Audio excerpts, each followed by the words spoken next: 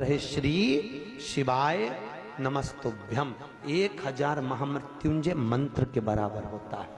शास्त्र कहता है किसी को हार्ट अटैक आ गया, डॉक्टर बहुत दूर है, एक लोटा पानी लो, उस पानी को पकड़कर श्री शिवाय नमस्तुभ्यम बोलकर कंकर को उठाकर, कंकर जानते हो, किसी भी रोड का किसी भी स्थान का एक पत्थर एक कंकर उठा के पानी के लोटे में डाल दो और श्री शिवाय नमस्तुभ्यम का जाप कर कर 21 बार उतार कर पानी को बाहर फेंक दो, अटैक की बीमारी से भी लोग बच जाते हैं। श्री शिवाय नमस्तुभ्यम का इतना मंत्र का जाप की प्रबलता होती है, इतना मंत्र जाप की प्रखरता।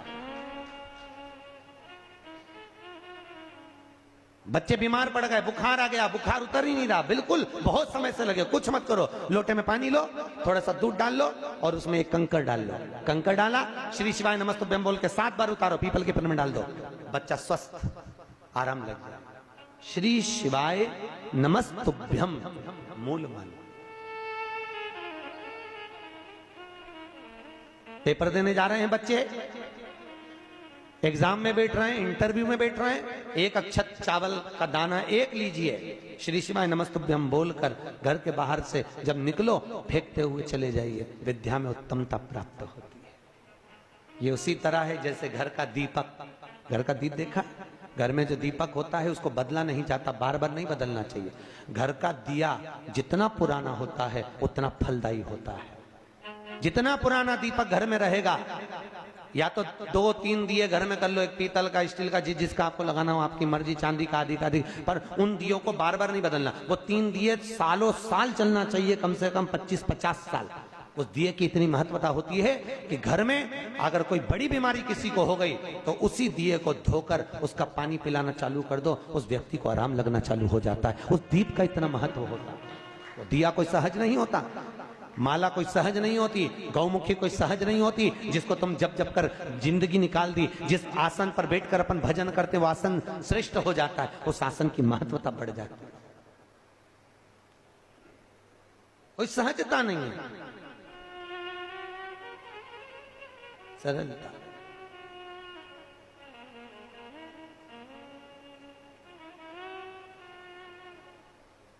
हमारे यहाँ तो अग्रवाल जी, हमारे यहाँ शिव महापुराण की कथा जो उस एरिया में होती है, आंध्रा साइड में होती है या गुजरात, राजस्थान, एमपी साइड में होती है, तो जहाँ पर व्यास वक्ता बैठता है वहाँ पर जजमान रोज आसन बिछाता है, रोज उठाता है। वही आसन जजमान अपने घर पर ले जाता है और उसकी गादी पर बिछाता है, क्योंकि जिस जगह से पुराण को बांचा जाता है उस आसन की बड़ी महत्वता मानी, बड़ी मूल्यता। कई लोग आप लोगों में से आते होंगे तो संग में आसन लाते होंगे। अब यहाँ तो कोई लाया कि नहीं लाया पता नहीं, पर पहले ऐसा नियम था, कथा सुनने जाते थे तो आसन साथ लेकर जाते थे। देखा है आप लोगों ने कि नहीं देखा? बोलो तो। पहले ऐसा होता था, आसन लेकर जाते थे, साथ में बिछाते थे, फिर बैठते थे। उस आसन की बड़ी महत्वता, बड़ी महत्वता। आसन भी अलग अलग होता है, आप लोगों को मालूम होगा। देवी जी की पूजन करो तो लाल आसन, शिव जी की पूजन में काला आसन, भगवान शंकर की पूजन में, ठाकुर जी की पूजन करो तो कुसा का आसन, पितरों की पूजन करो तो डाब का आसन, गणेश जी की पूजन करो तो आसन की जरूरत नहीं पड़ती, जमीन पर बैठ कर करो। गणेश पूजन कभी आसन पे बैठ के नहीं करना, नहीं तो पुण्य नहीं मिलता। अगर गणेश पूजन आसन पे बैठ के कर ली तो उसका पुण्य समाप्त हो जाता है। गणेश पूजन जमीन पर बैठ कर करना चाहिए, भूमि पर। आसन की महत्व करिए देवादिदेव महादेव पर। जो मंत्र आपको दिया गया है, ये मंत्र शिव महापुराण का कोई साधारण मंत्र नहीं है। किस किसने शिव पुराण पढ़ी है? कभी घर में पढ़ी हो? गीता प्रेस गोरखपुर की पढ़िए। आप इस मंत्र को पढ़िएगा जाकर। उस मंत्र के लिए लिखा है श्री शिवाय नमस्तुभ्यम। इस मंत्र का जाप जो मुख करता है वो तर जाता है, उसका फिर संसार में जन्म नहीं होता, परमात्मा का हो जाता। और यहां तक शिव महापुराण में लिखा है कि इस मंत्र को बोलने वाला का मुख का मात्र दर्शन कर लो तो 71 पीढ़ी पार उतर जाती है। जो मात्र दर्शन कर लेता, ये सब अविरल आनंद देने वाला भगवान शिव का मूल मंत्र का स्मरण है, श्री शिवाय नमस्तुभ्यम। केवल मंत्र, चलते फिरते जाते आते खाते पीते जप लो। कई लोग पूछते हैं गुरुजी ये मंत्र नहाने के बाद जपें कि नहा के जपें? तो नहाने के पहले बासी रहें और मंत्र बोल लें कभी मुंह से निकल जाए तो हमने कहा मरने का जो समय होता है वो नहाने के बाद होता है कि नहाने के पहले होता है? बोलो रे बेतुल वालो, मरने का समय कब है? नहाने के? यमराज कहेगा तू नहा ले फिर मैं आ जाऊंगा।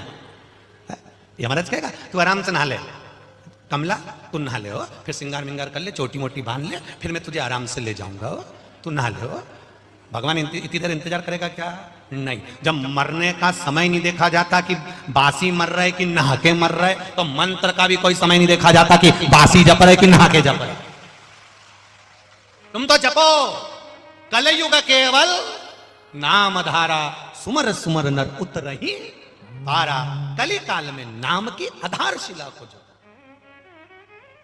उसको समझ कर जपो, उसको ज्ञात कर। ये किसी के पास में तांबे का पात्र होता है, किसी के पास में एल्युमिनियम का पात्र होता है, किसी के पास में, तुम्हारे घर में भी बर्तन होंगे, कोई स्टील का होगा, कोई एल्युमिनियम का होगा, कोई तांबे का होगा, कोई पीतल का होगा, कोई कांसे का होगा, कोई चांदी का होगा, कोई सोने का होगा, कोई मिट्टी का होगा। ये तो बर्तन के ऊपर है कि आपका बर्तन कैसा है। दूध देने वाले ने दूध बर्तन में डाल दिया, बर्तन अगर साफ है तो दूध नहीं फटेगा। दूध कब फटता है? जब बर्तन अंदर से गंदा होता है तब दूध फटता है, नहीं तो दूध फट नहीं सकता। आप कैसा दिल लेकर बैठे हो, आप कैसा मन लेकर बैठे हो, आप कैसी चित्तवृत्ति लेकर बैठे हो, आप किस तरह का पात्र लेकर बैठे हो, ये आपके ऊपर है कि दूध देने वाले ने दूध दिया, उस पात्र में तुमने कैसे लिया, ये तुम्हारे ऊपर आधारित है।